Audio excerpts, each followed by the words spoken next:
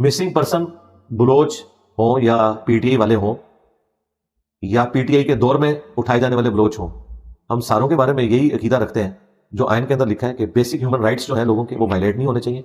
اگر کوئی شخص مجرم ہے اس کے خلاف ثبوت لائے اور عدالتوں میں پیش کرے. اس طریقے سے ماورائے عدالت ایکسٹرا جوڈیشل طریقے سے لوگوں کو اٹھانا اغوا کرنا یہ بالکل حرام ہے اسلام. جو ان کے ساتھ نبی اسلام آباد میں رویہ ہو رہا ہے ٹھیک ہو رہا ہے؟ جی غلط ہے، کون کہے گا ٹھیک ہو رہا ہے؟ لیکن بات یہ ہے کہ اس رویے میں جو لوگ جا کے ویلاگز بنا رہے ہیں ہمارے پی ٹی آئی کے یوٹیوبرز، ان سے تو میں پوچھوں گا کہ تم لوگ تو وہ کہ تمہارا پرائم منسٹر بننے سے پہلے انہی بلوچوں کے حق میں بولتا تھا، منظور پشتین کے حق میں بولتا تھا، اور مینگل صاحب کو اس نے اپنی حکومت میں شامل کیا تھا اسی بنیاد کے اوپر کہ مسنگ پرسن کا ہم مسئلہ حل کروائیں گے. 3.5 سال اس نے مسنگ پرسن کا مسئلہ تو کوئی نہیں حل کیا. الٹا ان کے سپورٹر جو یوٹیوب پہ ویلاگز بنانے والے ان کے ہم نام ایک بھائی ہیں، وہ تو کہتے تھے کچھ نہ کچھ تو کیا نا تو یہ اٹھائے گئے. جس نے آپ اپنی بیوی کے ساتھ وہاں جا کے معافی مانگی، بہت اچھی بات ہے، معافی مانگی ہے. اس کا مطلب ہے کہ ہم اس وقت صحیح کہتے تھے. ابھی بھی ہم جو ان کو کہہ رہے ہیں نا پی ٹی اے والوں کو اور ان کے یوٹیوبرز کو، 5-6 سال کے بعد ان کو پتا چلے گا کہ ہم ابھی بھی ٹھیک کہہ رہے تھے، لیکن ان کو سمجھ تھوڑی دیر بعد آتی ہے. عمران خان صاحب کے بارے میں آپ نے اکثر بیان آتا ہے، پچھلے پھنس بھی گئے، آپ کیا کہیں گے؟ ابھی کہاں سے میں تو کہاں سے پھنسوں؟ میں تو باہر بیٹھا ہوں، خان صاحب پھنسے میں. خان صاحب کہتے تھے نا میں ٹی وی اتروا لوں گا، میں اے سی اتروا لوں گا، تو خان صاحب پھنسے میں تو باہر ہوں. پی ٹی آئی کی موجودہ صورتحال خان صاحب ہاں اس طرح پوچھے نا آپ، اس طریقے سے نا، یعنی آپ کوئی ایک بات پوچھیں اس کو آپ ڈسکس کریں. کیا بتاؤں میں کہ موجودہ پی ٹی آئی کے حالات حالات آپ کے سامنے ہیں. کل قاضی صاحب نے فیصلہ دے دیا ہے، بھلا ان سے لے لیا انہوں نے. آزاد قوم ہے ہم لوگ؟ جی آزاد قوم ہی ہے الحمدللہ. ہاں جی. کس طرح؟ کیوں؟ الیکشن ہو چکا ہے یا ہونا ہے؟ نہیں الیکشن تو ہوگا انشاءاللہ 8 فروری کو. مجھے لگتا ہے ہو گیا. نہیں ہو.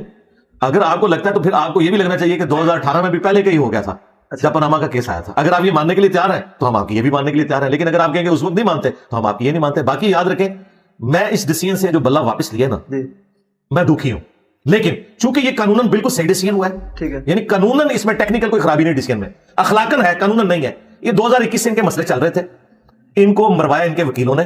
ان کو چاہیے تھا کہ اس طریقے سے گاؤں میں جا کے کاغذی کاروائی کر کے یہ نہ کرتے. جب ساری اسٹیٹ مشینری آپ کو الیکشن سے آؤٹ کرنے یا ہرانے کے لیے لگی ہوئی ہے، آپ کیوں اپنے کمزور پوائنٹ دیتے ہیں؟ آپ کو چاہیے تھا آپ یہ حرکت نہ کرتے، الیکشن کرواتے، اوپن آپ میڈیا کو بلاتے، یہ سب کچھ کرتے. اب یہ کمزور پوائنٹ کتنے انہوں نے دیا؟ قاضی صاحب نے جو فیصلہ دیا نا، اگر وہ فیور دیتے نا ان کو تو انہیں وہ سارے رولز توڑنے پڑنے تھے. ان کے پاس کوئی اور چارہ نہیں تھا.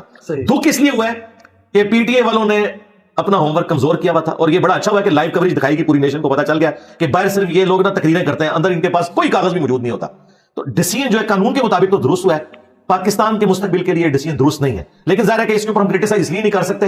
اگر قانون غلط ہوتا تو میں کوئی پوائنٹ آف ویو بیان کرتا. یقیناً ان سے غلطی ہوئی ہے، اگر ایک بندے سے مس ہینڈلنگ ہوئی ہے سزا تو اسے ملنی چاہیے. اگر کوئی 140 پہ چلا رہا تھا، اب وہ یہ کہے کہ میری ماں فوت ہوئی تھی، میرے بچے کا ایکسیڈنٹ ہوا تھا، میں ذہنی ٹینشن میں تھا، مجھے جرمانہ نہ کریں، تو میں کہوں گا کہ یار چھوڑ دو. لیکن اگر وہ کہ میں اصول پہ کر رہا ہوں تو بھی جرمانہ تو بنتا ہے. ہاں مس ہینڈلنگ ہوئی، جرمانہ تو بنتا ہے. وہ ووٹ بینک ٹوٹے گا پی ٹی آئی کا یا ہے؟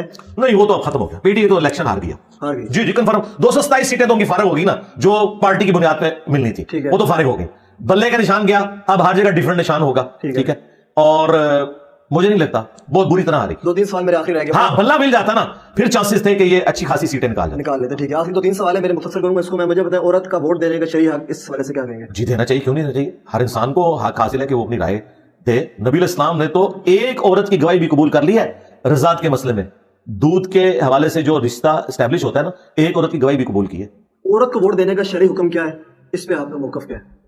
عورت کو ووٹ دینا دیکھیں جی نہیں، سربراہی تو ایک اوپر والی چیز ہے نا. تو نچلے لیول کے جو مختلف کمیٹیاں بنی ہوئی ہیں، نان مسلمس کی ہوں، فیمیلز کی ہوں، کمیٹیاں ہونی چاہیے. عورتوں کے حقوق کی نمائندگی تو ہونی چاہیے، لیکن اوور آل جو پرائم منسٹرشپ ہے وہ اس کے اوپر مرد کو ہونا چاہیے، عورت کو نہیں ہونا چاہیے.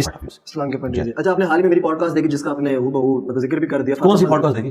فاطمہ فضا صاحب. نہیں وہ میں نے اس کا ایک کلپ دیکھا تھا جس میں مجھے ڈسکس کیا جا رہا تھا، میں نے نہیں پوڈ کاسٹ دیکھی. ہاں وہ ایک کلپ مجھے کسی نے نا بھیجا تھا میری ای میل کے ساتھ نا اٹیچ کر کے.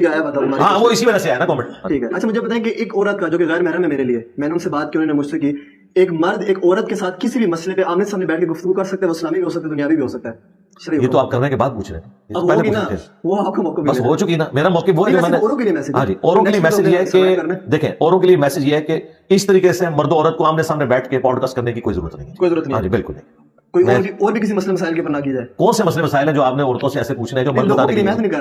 نہیں، لوگوں کو چھوڑیں، آپ نے دین سیکھنا ہے نا. تو دین کے لیے اگر کوئی یہ مثال دیتا ہے نا کہ سیدہ عائشہ نے صحابہ کرام کو پردے میں سکھایا، تو اس کے بعد یہ لیگیسی آگے نہیں چلی.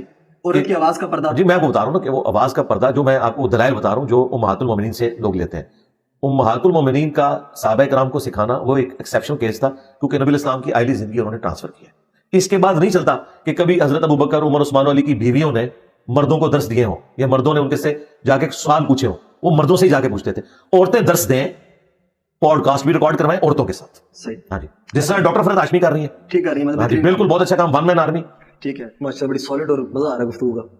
شکر ہے, اس لیے ہم نے آپ کو کہا تھا آپ وہ ایک سسٹر کے پاس ہی بیٹھے ہوئے بڑی فین ہے. میں تو ان کو جانتا بھی نہیں ہوں, لیکن مجھے یہ بتائیے کہ وہ جو سسٹر ہے جی جی, ان سے جا کے میرے بارے میں کیوں پوچھ رہے ہیں؟ میں تو زندہ ہوں. انہوں نے کہا نا سوال کرنا جی, میرے مرنے کے بعد آپ دنیا سے پوچھیے گا, میری زندگی میں تو مجھ سے آگے آپ سے پوچھیں. ٹائم بعد ہوا نا. اچھا آج حاضر ہیں آپ کے پاس. تو مزہ جو آپ نے پوچھا, جو آپ نے میری شان میں ربائیاں پڑھی, جو آپ نے ویڈیوز ریکارڈ کروائیں, میں زندہ ہوں, مجھ سے پوچھیں. میں نے آپ کو آج ٹائم بھی اوپن آج دیا. بھائی میں آپ سے سن کے جاؤں گا انشاءاللہ. نہیں, وہ آپ جو بھی پوچھنا چاہتے ہیں مجھ سے پوچھیں, انشاءاللہ میں بتاؤں گا. آج مجھے انکار نہیں کرنا کسی نہیں, میں کسی کو بھی کبھی انکار کیا. چلیے. جتنے, ہاں یہ ہوا ہے ضرور کہ میں نے جو بھی یہاں آیا اسے میں نے پابند کیا کہ کٹنگ نہیں کرنی بار بار. اس کی وجہ یہ ہے کہ میں کانفیڈنٹ ہوں کہ میں جو بات کر رہا ہوں, مجھ سے زیادہ کٹر بریلوی کون ہے, مجھ سے زیادہ کٹر دیوبندی کون ہے, مجھ سے کٹر وہابی کون ہے. میں سارے فرقوں میں رہا ہوں, میں ساروں کی فیلنگز کو سمجھتا ہوں. مجھے پتا ہے کہ کس نے کہاں پہ ڈنڈی مار کے نا, وہ ایک نقطہ ہی پھنسا ہوا ہوتا ہے, وہ جب میں ایسے کر کے نکالتا ہوں نا, چھس کر کے گیس نکلتی ہے نا, سب کچھ سمجھ آ جاتا ہے. میں پوڈ کاسٹ کا اینڈ کرنے جا رہا ہوں, لیکن آپ کے لبوں سے میں حضور کی نعت جو صحیح نعت ہے وہ سننا چاہتا ہوں.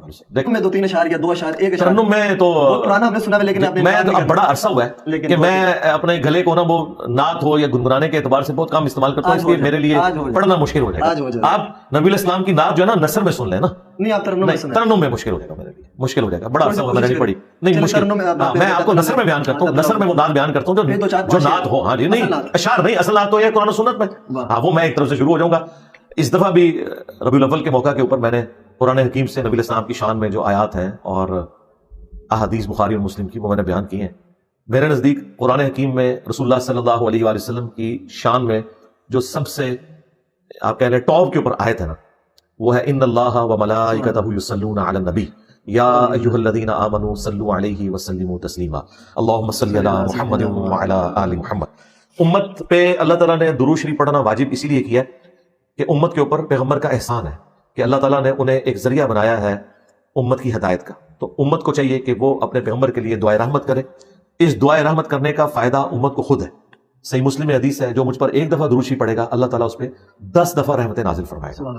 یہ حدیث سنن نسائی میں ہے, اس میں آگے بھی الفاظ ہیں کہ اللہ تعالیٰ اس کے 10 گناہ بھی معاف کر دے گا, اس کے 10 درجات بلند کرے گا, اسے 10 نیکیاں بھی دے گا. پھر سنن نسائی میں حدیث ہے کہ زمین میں کچھ فرشتے سیاحت کرتے ہیں اور میرے امتیوں کا سلام میرے تک پہنچاتے ہیں. بخاری مسلم دونوں میں حدیث ہے, نبی الاسلام نے فرمایا جب تم پڑھو گے السلام علیکہ ایھا النبی ورحمۃ اللہ وبرکاتہ السلام علینا وعلی عباد اللہ الصالحین, تو زمین و آسمان میں ہر نیک بندے تک اللہ تمہارا سلام پہنچا دے گا. ہم نبی الاسلام پر جب بھی سلام عرض کرتے ہیں, نماز میں عرض کریں, باہر عرض کریں, وہ پہنچ رہا ہے, اور نبی الاسلام کا جواب بھی ہم تک پہنچ رہا ہے. اللہ تعالیٰ کے حضور وہ ہمارے لیے دعا کرتے ہیں, اللہ تعالیٰ کی طرف سے آٹومیٹکلی رحمتیں ہم پر نازل ہوتی ہیں. تو نبی الاسلام کی شان اگر آپ آیات کی شکل میں شروع کریں, عقیدہ شفاعت, نہیں شاعری کے ساتھ میرا ایز سچ کوئی شغف نہیں. آپ مجھے دیکھیں گے میں کبھی بھی شعر نہیں پڑھتا, جو پڑھتا بھی ہوں وہ بھی ٹوٹے پھوٹے پڑھتا ہوں. ہاں, یہ جو سلوگنز ہیں, یہ رٹز ہیں, پڑھتا ہوں. تو یہ آج کے دور میں جو سب سے بہترین شاعری ہے نا نبی الاسلام کی شان میں, وہ یہ ہے نبی کے جیسا ہے ہی کوئی نہیں, باب شاہی کوئی نہیں, یعنی مقابلے پہ. اس کی وجہ یہ ہے کہ دیکھیں, یہ آپ کو کہتے تھے نا کہ غوث قطب ابدال, کسی صحابی کے گھوڑے کے قدموں کی خاک کے برابر وہ نہیں ہو سکتا, یہ کہتے تھے نا. ہاں, تو جب یہ کہتے تھے ہمارے غوث قطب جانوروں سے بھی بدتر ہیں مرتبے میں, اور جانور کون سے, صحابہ کرام کے. تو میں تو کہہ رہا ہوں نبی کے جیسا ہے ہی کوئی نہیں, بابت شاہی کوئی نہیں. کیوں؟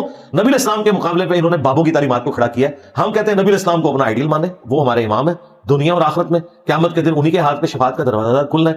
ان بابوں کو بچاتے بچاتے یہ نہ ہو کہ رسول اللہ کی شفاعت سے محروم ہو جائے.